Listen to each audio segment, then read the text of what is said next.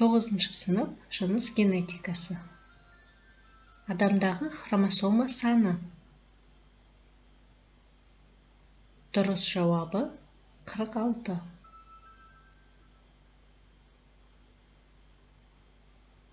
Гомогамета.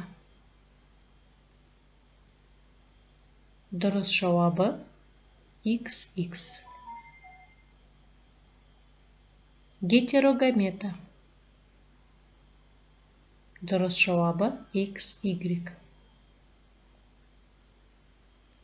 Бірдей 22 жұп хромосома қалай аталады? Дұрыс жауабы аутосома.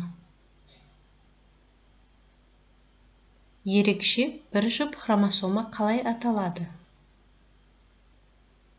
Дұрыс жауабы жыныс хромосомасы. Адамдардың және сүтқоректілердің аталық хромосомасы.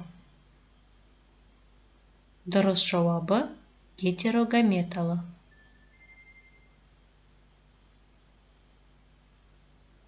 Жыныс хромосомаларын алғаш анықтаған ғалым. Дұрыс жауабы Томас Морган.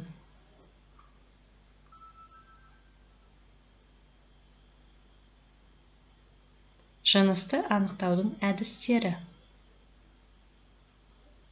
Дұрыс жауабы фенотиптік және генотиптік. Сыртқы белгілердің жиынтығы. Дұрыс жауабы фенотип.